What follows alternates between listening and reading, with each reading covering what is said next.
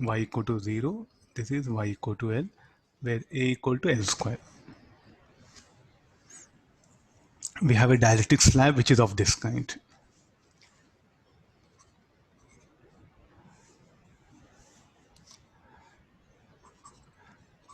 What is the capacitance across the terminals 1 and 2? So here what happened? I'm going to assume two slabs like this.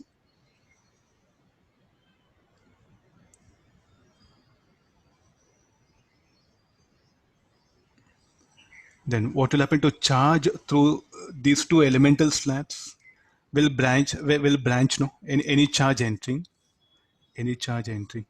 will branch out here. So therefore all these two elements they are in parallel. They are in parallel here. So therefore the effective capacitance, so like all they're in parallel. So I should add up. So C equal to C1 plus C2. So therefore the total capacitance C should be equal to integral of DC. So 0 to L it should be. So then what is DC? We should define it. So this width is dy. I'll remove this. Two elements again will get confused.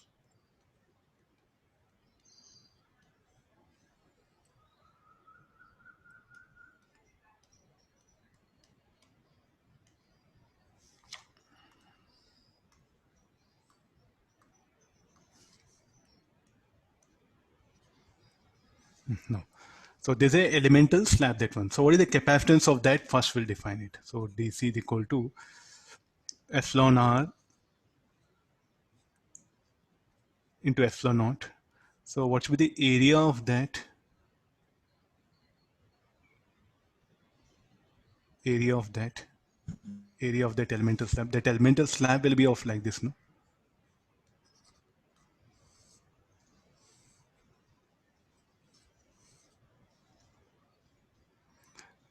This is D, this is L, and this is dy. Will I agree?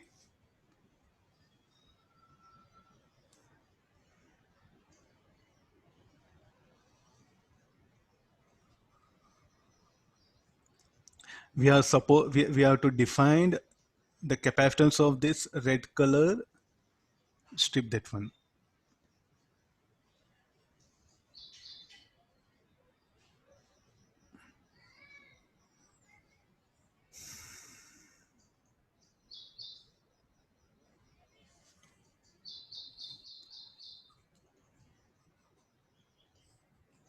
Dy is this particular thing.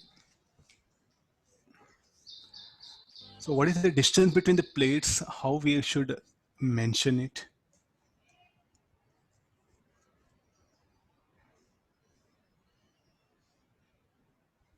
So it should be L into dy. It should be the area of the cross section, L into dy.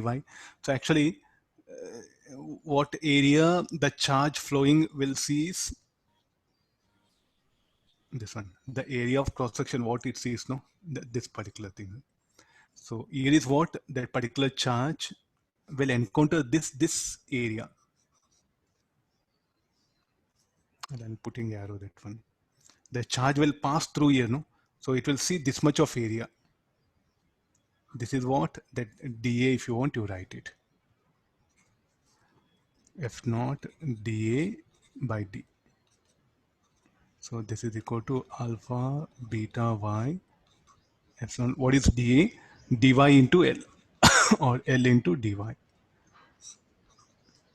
So F naught L D outside alpha plus beta y dy. This is the DC. This value will substitute here.